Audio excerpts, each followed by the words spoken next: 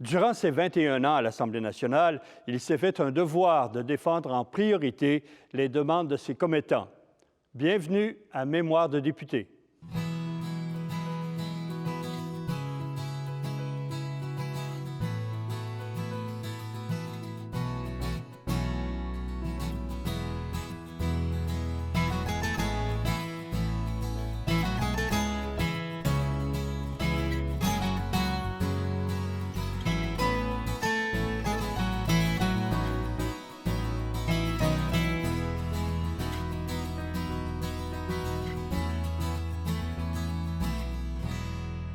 Bonjour, M. Picotte.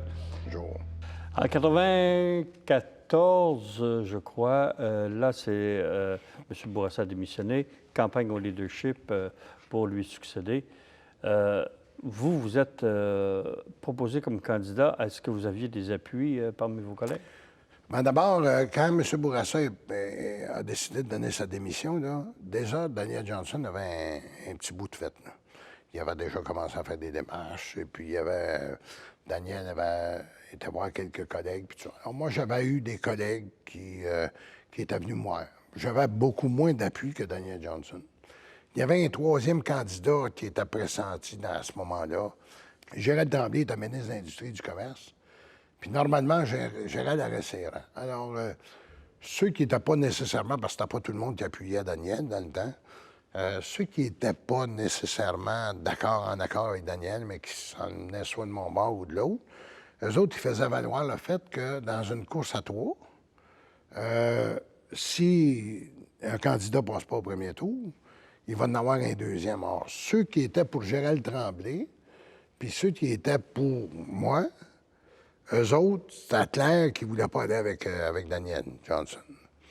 Alors, ils ont dit, au cas où il ne passe pas du premier coup, bien là, vous pourrez faire une alliance, dépendamment qui sera deuxième, toi ou Gérald, vous pourrez faire une alliance, puis vous pourrez l'aider. Moi, je souhaitais, je peux pas dire que j'en voulais à Daniel Johnson, parce que Daniel Johnson m'avait renommé ministre, d'ailleurs, puis c'est un collègue avec qui j'ai beaucoup de respect. Daniel, on n'était pas toujours d'accord quand on était au Conseil du Trésor. On avait eu des frictions assez fortes au Conseil du Trésor parce que des fois j'avais raison, puis des fois c'était lui. Puis comme ça arrive souvent dans la vie. Alors, mais je n'étais pas nécessairement un opposant à tout craint là, à Daniel Johnson.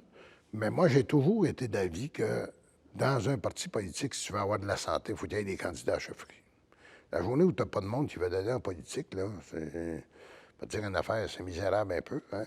Alors, je me disais, plus il va y avoir de monde, plus il va y avoir un échange d'idées, plus ça va se purifier. Puis normalement, quand c'est intelligent le moindrement, puis c'est pas rempli de bêtises, ces courses-là, bien, on se retrouve avec les candidats qui ont fait avancer le parti. Ils ont quand même de la considération de la part de celui qui a été élu, tu sais. Fait que je me dis, ça va faire avancer les choses, j'ai rien à perdre, puis d'accord, sur ce principe-là, je vais y aller. Bien, la condition était toujours qu'on soit tôt.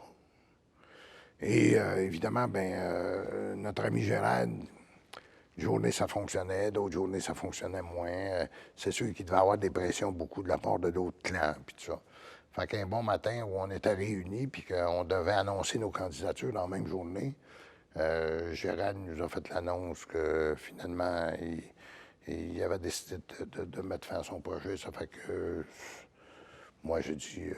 On va faire la même affaire. Il y aura un couronnement, puis on va voir ce que ça donne. Et Daniel avait été élu à ce moment-là. Mais c'est vrai que j'ai eu une attirance là, du côté de la chefferie. C'est pas à ce moment-là que vous aviez proposé le vote universel des membres pour élire le chef? Ça, c'est un autre cheval de bataille que j'avais. J'avais expérimenté le fait avec l'élection de M. Bourassa en 85. Dans votre comté? En 84, dans mon comté. Et puis je me disais, bon, regarde, il faut démocratiser davantage. Ben, ça s'est pas fait. Puis... le Parti libéral a continué de vivre quand même après. Mais c'est sûr qu'il faut tenter le plus possible de démocratiser les structures. Monsieur Johnson vous a gardé à l'agriculture. Ouais. C'est un règne qui a duré l'année 94. À ce moment-là, il y avait au feuilleton un projet de loi pour abolir le zonage agricole. Il n'a pas été adopté. Qu'est-ce qui s'est passé? Bien, il y avait beaucoup de grogne un peu du côté du zonage agricole. Moi, je n'étais pas un partisan pour abolir ça parce que il fallait que ça arrête d'enlever nos meilleures terres agricoles pour faire du lotissement ou encore pour faire des choses, des plans industriels. Parce qu'un Québec qui ne sera pas capable de se nourrir, là, ça ira pas bien. La capacité de se nourrir est toujours importante. La journée où on va tomber à la merci de tous les marchés extérieurs, là, ben, on va le payer cher, notre agriculture puis notre lunch. Alors, il faut à tout prix préserver une capacité de produire aux agriculteurs. Moi, j'étais favorable à ça. Il y avait eu bien de l'exagération dans le temps. Même les cimetières étaient zonés. On faisait des farces avec ça, mais même les cimetières étaient zonés. Dans toute cette grande toile-là, et les agriculteurs, évidemment, étaient toujours plus réticents à laisser dézoner même un petit coin pour faire du lotissement. Et je me dis, on va revoir le projet de loi, non pas pour l'abolir, mais pour essayer de le moderniser. Mais comme j'étais pas chaud à cette situation-là, ben c'est pas moi qui poussais le plus possible là, au niveau parlementaire pour le faire adopter. Donc, ce qui est arrivé, c'est que l'élection s'est déclenchée avant, puis il est mort au feuilleton. Mais en 94, toujours, les élections approchaient. Vous avez décidé de ne pas vous présenter. Vous avez surpris du monde. Qu'est-ce qui s'est passé? Pourquoi vous n'aviez assez de la politique? J'ai eu énormément de misère. Moi, qui étais un gars qui prenait des décisions assez rapidement, là, puis que je n'avais pas de misère à mettre mes culottes, ça, c'est le dossier que j'ai eu de la misère à arrêter une décision. Parce que j'avais...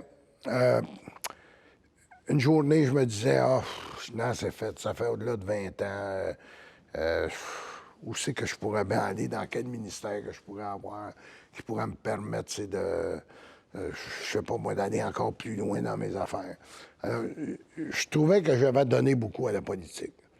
Ce qui m'influençait le plus, c'était mon jeune qui arrivait, parce que Marc-Antoine, qui est venu au monde à ce moment-là, en 92, au mois de septembre 92, avait 2 ans, presque. Et je me disais, bon, ma fille, j'étais tenu un peu à l'écart de toute sa progression d'enfance parce que j'étais surtout à Québec. Mon gars, je vois-tu recommencer ça? Franchement, là, je rencontrais des gens, là, croyez-le ou non, il y avait des gens qui venaient me voir à la maison quand j'ai annoncé que je songeais à me retirer. Là.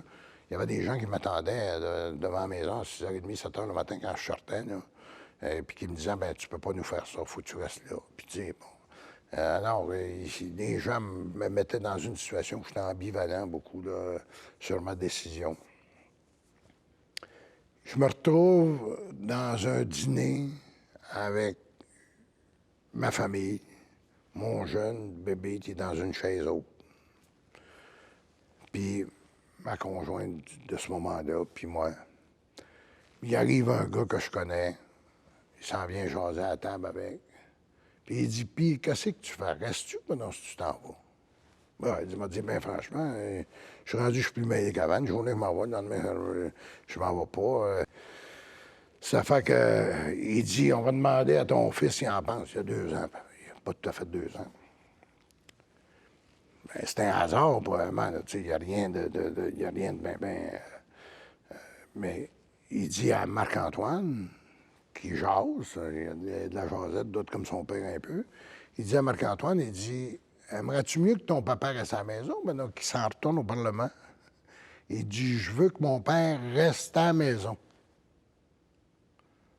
J'ai dit, pourquoi? Mais il dit, j'ai besoin de mon père. Et là, c'est la première fois, là, puis ça m'a saisi, là. Quand je suis sorti de là, j'ai pris le téléphone, j'ai appelé Daniel Johnson, puis j'ai dit, regarde, je vais être forcé de te dire que je ne renouvellerai pas mon mandat. Ben là, je lui raconte un peu l'anecdote, mais Daniel faisait des efforts, lui, pour me garder, évidemment. C'est sûr que le premier ministre, quand il arrive le temps, d'ailleurs, si ma décision avait été prise avant, je lui aurais donné avant, parce qu'il aurait renommé une autre personne ministre à ma place quand M. Bourassa est parti, puis que lui a pris sa place. Mais effectivement, dans le temps, je croyais renouveler un autre mandat. Je ne voyais pas ça de la même façon, mais là, alors, c'est sûr que ça n'a pas... avec Daniel, bien, ça a compliqué un peu notre relation aussi. Hein. Je peux le comprendre à certains égards. J'aurais aimé mieux le savoir avant, mais moi, la décision n'était pas prise de toute façon. Mais vous Mais, n'êtes pas resté inactif pendant longtemps. ah non, non, je ne suis pas resté inactif longtemps parce que j'ai rencontré après ça, là, le chef du Parti libéral, après la défaite, le chef du Parti libéral, c'était le premier ministre actuel, qui a été choisi chef du Parti libéral. Et là, je rencontre Jean à un moment donné dans une réception qu'il a fait pour les ex-politiciens du Parti libéral. Dans le temps, il avait invité un paquet de monde comme Bernard Pinard était là, je me rappelle, Georges Tremblay. En tout cas, il y avait un paquet d'anciens ministres et députés qui étaient là, au Club de la Garnison ici à Québec. Puis là, Jean Charest me dit, il dit, t'ennuies-tu de la politique? Oh, j'ai dit, les premiers 6 mois, ça a été pas pire, mais j'ai dit, effectivement, je pense que je suis fait pour faire de la politique. Je ne regrette pas ma décision, mais j'ai dit, il dit, serais-tu bon encore vous donner un terme? Je dis, pourquoi tu me demandes ça? Bien, il dit, on en a besoin. T'es sérieux? Je dis, oui. Ah, bon. On verra. Et là, de fil en aiguille, bien, j'ai été mis à contribution pour faire le programme du développement régional pour le Parti libéral, le programme d'agriculture. J'ai travaillé avec Mme Normando, Pierre Lacoussière dans le temps, mes anciens gars qui étaient dans mon cabinet, qui connaissaient l'agriculture. J'ai travaillé avec France Dionne. On est venu ici à Québec, on a fait quelques rencontres, puis on a essayé d'établir des priorités d'un bon programme là, pour le Parti libéral. J'ai fait ça, puis évidemment, l'idée a fait son petit bonhomme de chemin. J'avais eu comme une espèce de discussion pouvant laisser la possibilité que je me présenterais dans Trois-Rivières.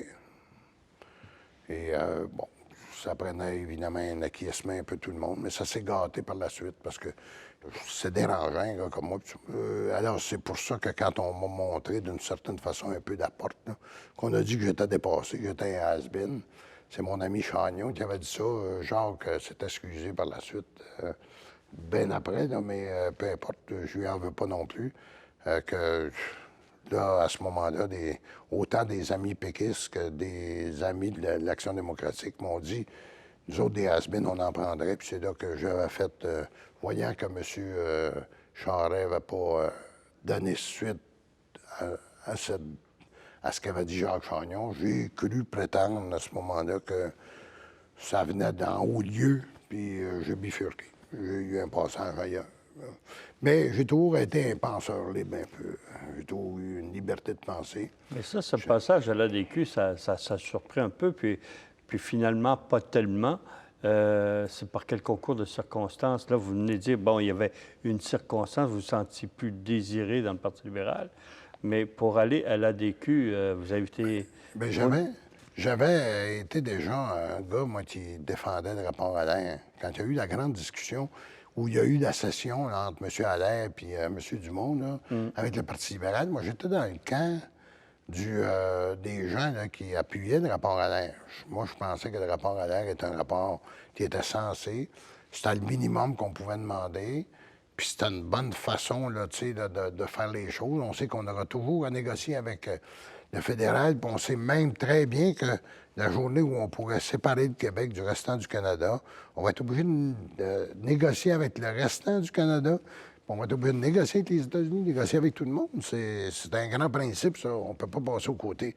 Donc, je me suis dit, avec le rapport à l'air, bien, il y avait des choses que je trouvais intéressantes, puis j'avais été en faveur. La seule différence que j'avais eue, moi, avec Dumont, et puis Marie-Grégoire et bien d'autres que je pourrais nommer, c'est qu'eux autres sont sortis des rangs des libéraux pour dire on s'en va puis on fonde un parti parce que le rapport à l'air n'a pas passé. Moi, j'ai décidé de rester à l'intérieur du parti pour faire progresser la cause. C'est à mon choix. C'est pas trop la bonne façon de sortir et d'aller fonder d'autres choses. Parce que c'est difficile fonder maintenant des partis politiques, puis tout ça, on l'apprend au dur métier. Puis si on veut avoir du résultat rapide, ça prend du temps. D'ailleurs, je pense que M. Dumont pourra nous en dire quelque chose là-dessus. Alors, moi, j'ai resté à l'intérieur. Alors, ça devenait facile pour moi à ce moment-là, la journée où le Parti libéral a l'air à plus vouloir d'un gars comme moi que la porte que j'ai, si je veux continuer de m'impliquer, c'est l'ADQ. Puis d'ailleurs, je trouvais que l'ADQ avait son sens parce que ça entre dans mes principes de dire si l'État ne fait pas de ménage dans ses programmes, si l'État ne fait pas le ménage où ils doivent le faire, la capacité de payer ne sera plus là. Nos jeunes vont être endettés à Mais vie. vous n'êtes pas présenté candidat pour la DQ. Non, non. La première fois en 2003. Non, la première fois, j'avais eu une opération, là, une intervention chirurgicale assez importante. J'avais eu comme... c'était pas la mangeuse de chair, mais c'était quelque chose qui était la cousine de la mangeuse de chair. Là, je me rappelle plus de son nom, puis je veux pas... J'ai voulu l'oublier. Vous voulez pas vous en souvenir? C'est ça.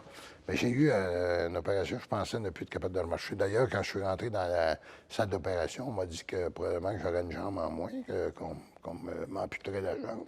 Ce qui n'est pas arrivé, Dieu merci. Mon Dieu d'amour était là pour me surveiller. Évidemment, M. Dumont voulait que je me présente. Puis mon médecin, qui est un infectiologue, connaît rien en politique, un bon monsieur, là, tu sais, puis un gars de 50 ans, 45, 50 ans.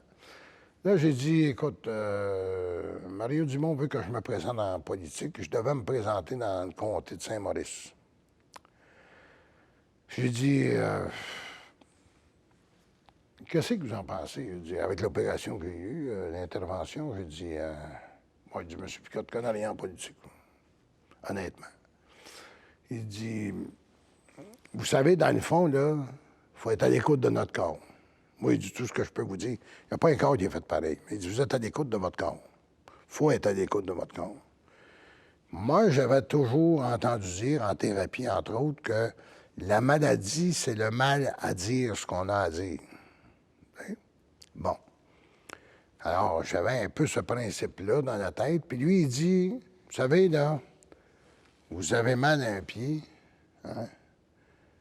C'est une jambe, là, vous, là, qui a été votre mal le plus profond, puis vous avez failli vous en faire amputer, là. Peut-être que votre corps vous dit que vous pilotez trop pour rien. Et là, ça m'a réveillé un peu. Je suis parti, je me suis tourné à la maison. Puis il a bien raison. Qu'est-ce que je fais là, moi? Le Parlement n'a pas plus besoin de moi qu'un chien a besoin de 3 queues, dans le fond. Hein? Ben, j'ai dit, regarde, moi, je suis bien plus utile à mon gars chez nous, je suis bien plus utile à ma société à faire du bénévolat, je suis bien plus utile à la maison de thérapie, pavillon du nouveau point de vue, là, où je suis directeur général, président-directeur général.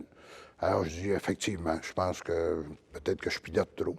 Et ça, là, ça m'a apporté, moi, je vais appeler ça la petite dose additionnelle, hein,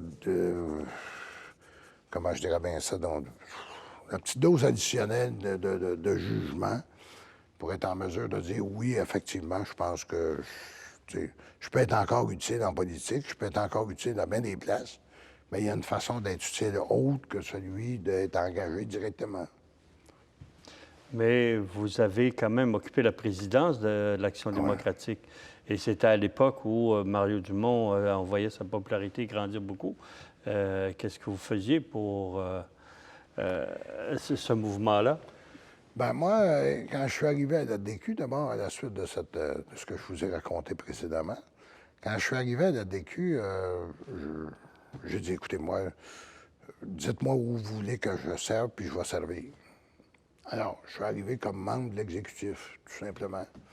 On m'a nommé à l'exécutif, puis j'étais là. Au même moment, M. Laforêt finissait son terme, pas bien longtemps après, de président. Ça fait que j'avais rencontré Mario Dumont, puis je lui avais dit, je sais que c'est difficile pour toi, tu ne peux pas prendre position. T'es ton militant à décider. Bien, je veux juste savoir si tu as d'objection à ce que je me présente dans la présidence. Il y a des gens qui veulent que je me présente dans la présidence. Si tu me dis que tu as d'objection, on va continuer de jouer le rôle que je joue. Puis si tu me dis que tu n'as pas d'objection, je verrai si je dois poser ma candidature, mais je veux pas que tu t'emmêles parce que je veux pas que ça te crée un problème politique. Alors, effectivement, j'ai décidé par pression de plusieurs membres de me présenter. Puis j'ai été élu président de cette formation politique-là. Puis là, ce que je veux pas dire surtout, là, j'ai fait pas mal de comtés à aller faire un peu d'organisation. Puis J'ai rencontré des gens qui m'ont aidé dans d'autres domaines, puis je les ai mis à contribution avec le DQ. Même des ex-politiciens là, que je ne nommerai pas, s'ils veulent se nommer, ils se nommeront, qui nous ont donné un fier coup de main. D'autres, ouvertement, puis d'autres, là, cachés un peu. Quand je dis cachés, c'est un petit peu plus dans l'ombre, mais qui nous ont donné un bon coup de main. On a tous joué un rôle important. On était fiers, puis on était contents de voir la réussite un peu. Ça faisait faire une progression, puis il y avait beaucoup d'espoir en ce parti-là. Mais j'ai comme l'impression que le lendemain des élections où ils ont fait élire 40 députés, au moins, que le lendemain des élections, la peur a pogné à quelques personnes là-dedans. Ils ont eu peur que des gars comme moi, puis comme d'autres politiciens que j'avais embarqués dans l'aventure, prennent leur place ou prennent trop de place. Puis là, ben, ils ont commencé un petit peu à dire qu'ils étaient capables de voler leurs propres ailes. Mais, coudonc, ils ont décidé qu'eux autres étaient rendus assez grands, ils étaient capables de marcher tout seuls. Puis là, moi, les quelques discussions que j'ai eues, parce qu'il y a des gens là-dedans qui se questionnaient, ils disaient on ne trouve plus. Pourquoi qu'on ne trouve plus? Je disais, ben, ils n'ont plus besoin de vieux comme moi, là. Hein? Puis les gens là, que je côtoyais, moi, trouvaient ça dommage que je m'implique moins, puis tout ça. Je disais, regardez, on n'y aura pas de contre-regret. Tu sais. Mais qu'est-ce qui a fait que vous vous sentiez moins désiré, moins apprécié à l'ADQ?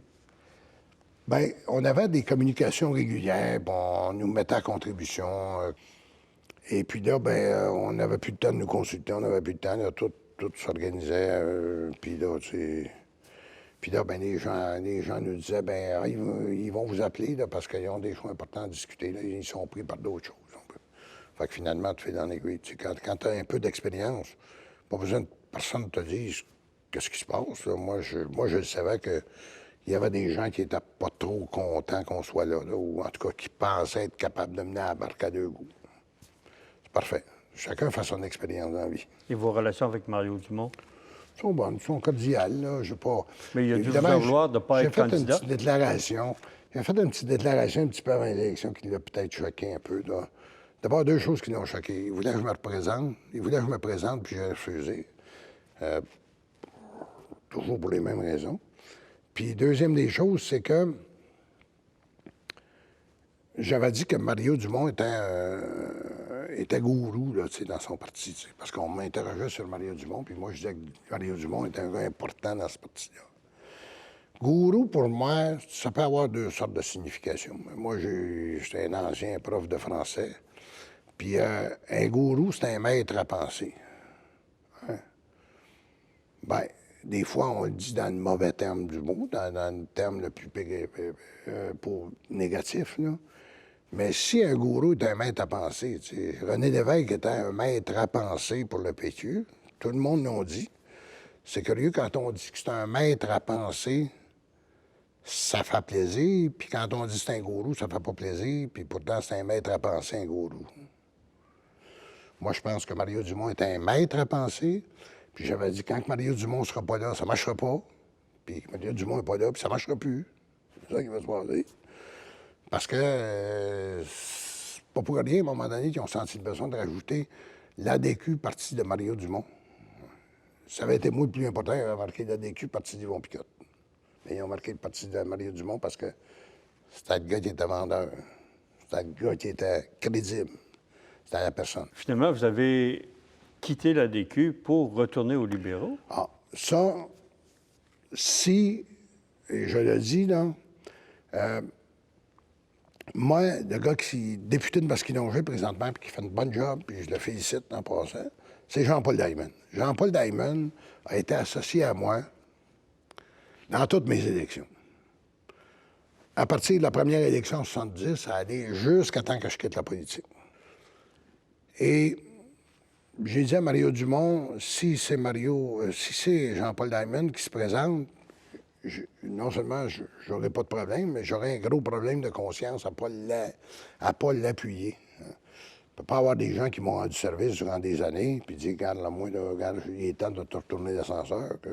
Alors, dans le fond, il n'y a rien qui arrive pour rien dans la vie. Le fait que les gens de l'ADQ aient moins besoin de nous autres m'a ouvert la porte carrément pour aller vers un de mes amis, mais si ça n'avait pas été Jean-Paul Diamond qui s'était présenté, vous n'auriez pas entendu parler. J'aurais peut-être voté pour l'ADQ, je ne sais pas. Mais comme c'était Jean-Paul Diamond, j'avais dit à Jean-Paul Diamond qui avait sollicité mon appui, avant de te donner mon appui, tu vas demander à Jean Charest que je le rencontre. S'il veut moi, ben, j'ai des choses à y dire qui ne feront pas plaisir. S'il est capable de les endurer, tant mieux. Je vais pas les endurer, ben, tant pis amis, pas pires amis. Hein. On s'est rencontrés, M. Charest et moi. On a mis les cartes sur la table sur l'épisode du has-been, puis tout ça. Puis après ça, quand je suis revenu, j'ai appuyé Jean-Paul Diamond, mais parce que ce gars-là avait été... et comme je te dis, là, il n'arrive rien dans la vie pour rien. Le fait que l'ADQ nous a mis un peu de côté, ça a facilité tout de suite l'ouverture à un moment donné avec Diamond. Alors, j'ai pas eu besoin d'avoir un gros problème de conscience pour ça. Qu'est-ce que vous avez aimé le plus dans votre carrière politique? Qu'est-ce que j'ai aimé le plus? Ah, le service à la population. Moi, le contact avec la population, là, c'est une adrénaline extraordinaire pour moi. Moi, j'aime le monde. Moi, je peux pas comprendre ça, les politiciens, des fois, qui changent de côté de rue pour jaser avec le monde. Regarde, les gens, là, ils te remettent bien. Hein? Les gens, ils sont capables de comprendre. Moi, j'aime les gens. Hein? J'aime mon milieu. Je suis attaché à mon milieu. Je fais des farces des fois. Moi, je me suis acheté un carré au cimetière il y a 25-30 ans, à Louisville, parce que je veux pas être déraciné de chez nous. J'aime le monde de chez nous. Puis si j'aime le monde de chez nous, bien, il faut que je leur rende service. J'étais dans une job à leur rendre service. Comme député, je pouvais leur rendre service. Alors, moi, le contact humain en politique, là, c'est de l'art. Hein? C'est vrai que j'ai travaillé, j'ai mis bien des heures là-dessus. Mais c'est pas fatigant quand tu aimes faire quelque chose. Puis, même si les gens ne te disent pas toujours merci, là, toi, tu sais qu'il y a des choses que tu as réglées, là, qui ont mis la plupart du temps, qui ont donné bien du baume à bien du monde. Alors, moi, pour moi, le contact humain, c'est ça qui m'a toujours dirigé dans ma vie politique. Je suis sorti de la politique. Je me fais pas insulter, moi, quand je me promène dans la rue. Il y a des fois, il y a des gens qui se font dire des choses. Je me fais pas insulter. Par contre, il ne faut pas non plus être trop fragile non plus. Là. Tu sais, quand les gens font des farces, les politiciens, il faut les accepter aussi. Il y a du vrai puis il y a du pas vrai. Les gens ne savent pas exactement ce que c'est. Sauf que moi, je pense que les politiciens, la base de tout ça, tu ne vas pas en politique si tu n'aimes pas les gens. Et c'est Churchill, je pense, qui disait, hein, quand tu n'es pas capable d'endurer la chaleur, tiens-toi pas dans la cuisine. Alors, quand tu n'es pas capable d'avoir du monde alentour de toi qui sont dérangeants, va-t'en pas en politique. Et si on prend l'autre côté de la médaille, qu'est-ce que vous aimeriez que les gens retiennent de vous, l'histoire retienne de vous? Ben moi, ce que j'aime, là, ça me fait un petit velours, d'ailleurs. Quand je me promène partout, d'abord, partout où je vais au Québec, il y a toujours quelqu'un qui vient me parler parce qu'il me reconnaît. Bon, il faut croire que je n'ai pas trop changé. Deuxième des choses, c'est que il y a encore des gens qui me disent « Hey, le ministre, comment ça va? » Tu sais?